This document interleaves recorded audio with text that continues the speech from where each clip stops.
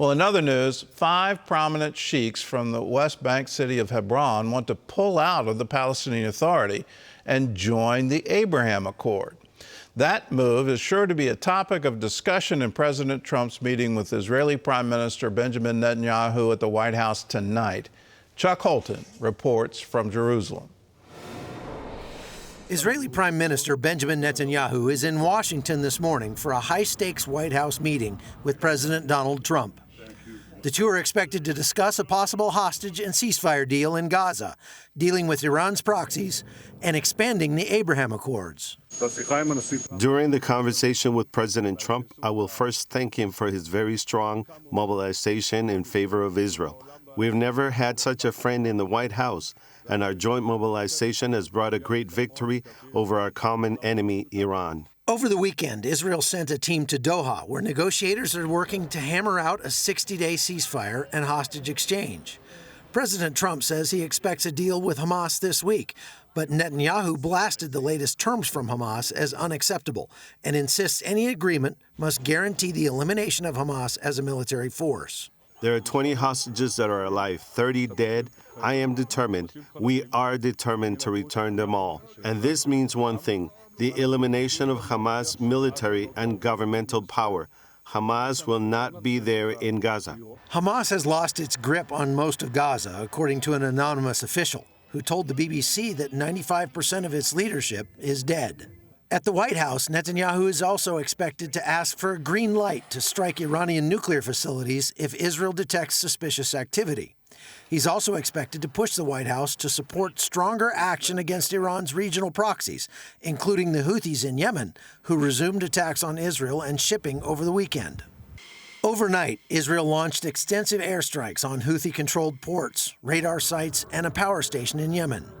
The strikes came after the Houthis launched another missile at Israel and badly damaged a Greek cargo ship in the Red Sea Sunday. Their first successful maritime strike in over a year.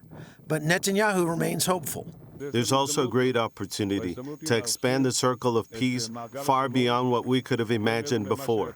That circle may soon include 5 clan sheikhs from Hebron, who formally asked to break away from the Palestinian Authority and join the Abraham Accords, recognizing Israel as a Jewish state.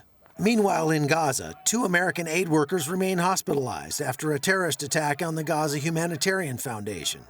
The men, said to be highly decorated veterans, were distributing food at a U.S.-funded humanitarian site near Han Yunis when they were hit by grenades. Trump and Netanyahu are expected to meet Monday evening, and the outcome could reshape not only Gaza, but the entire Middle East. From Jerusalem, I'm Chuck Holton for CBN News. Well, CBN White House correspondent Kelly Wright joins us now from our bureau in Washington, D.C. So, Kelly, what does the White House hope to accomplish with the meeting with Netanyahu? The main thing they want to accomplish is a ceasefire. They want to broker that deal between Israel and Hamas and get the hostages back. That's top of mind for President Trump. He's always wanted those hostages returned. And, of course, he hears the demand from people who are saying, bring them home now. That's exactly what he wants to do. But he realizes that the impediment that stands in the way is Hamas, which has been a difficult group to deal with because of the fact that they've used hostages as a negotiating chip. And, of course, that frustrates Bibi Netanyahu. So the president wants to get Netanyahu to the table to broker a deal. Can he achieve that? He's saying that he's hopeful that it will happen this week, and he wants to get an incremental release of the hostages, some 8 to 10 hostages in this deal, get that ceasefire done, and start brokering for a better peace throughout the Middle East. Well, what's your forecast for the peace agreement? I can't imagine a future with Hamas still in control of Gaza. The ideology of hatred against Jews, against Israel, it just seems it's horrific.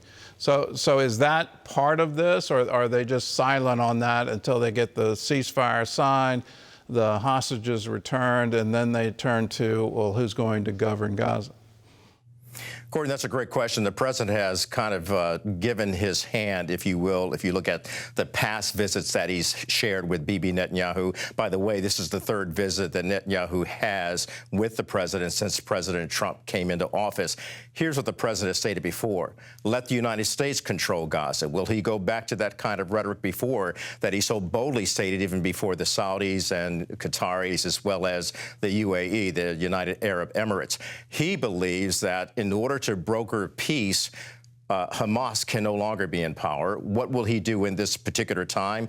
Will he kind of push that off, as you've alluded to? It remains to be seen. They're going to meet today, and we'll hear more about that visit and more about that meeting that he'll have when he meets with Bibi Netanyahu. Look, let's be very clear. The president does not want Hamas in control of Gaza. He believes this is, would be detrimental to the future of the Palestinians as well as the future of the Middle East. Well, let's turn to domestic politics. If you're a Democrat, the big, beautiful bill is sort of the end of America. If you're a Republican, it's a big, beautiful bill. So how big of a win is this for the president?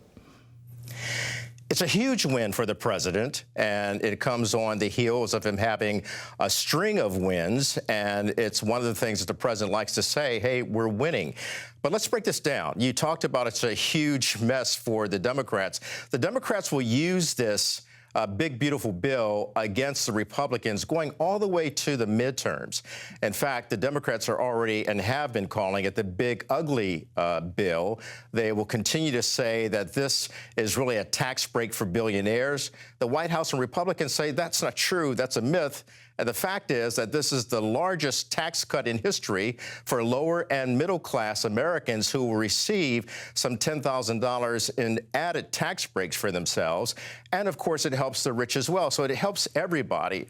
Scott Bessent, the Treasury Secretary, says this is parallel prosperity, that it not only helps the rich, but it helps the middle class and the poor and will return people to the workplace. Here's something else, Gordon.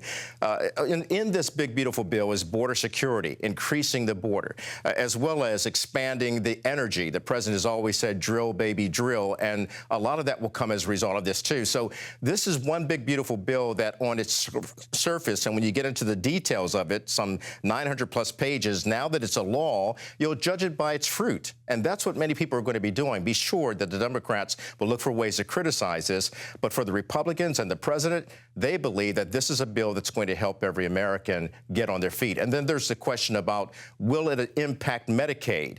And the president, as well as the White House and Republicans, have stated that it will not impact Medicaid, that pregnant women, people with disabilities, lower income and poor people will still receive their Medicaid benefits. However, those who have committed waste, fraud, and abuse will be wiped out of Medicaid. Well, President Trump's pause on tariffs, they were supposed to end this week, but that appears to be changing yet again. What's the latest? So the president is giving more hope to those nations that have not dealt with the United States on the tariff deal. He's extending it to August 1st. They believe that there are more countries out there that have not come to the table yet. He is sending letters out to those countries. He believes it's better to deal with them, to put everything in writing.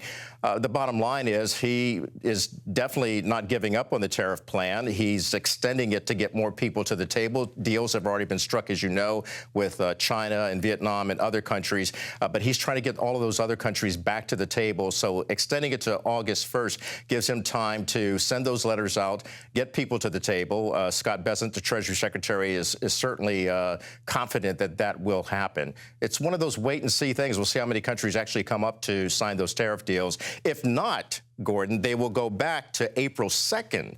The April 2nd tariffs, which impose larger tariffs, some 10 to 50% on those countries that refuse to do business with the United States or bring their manufacturing base here.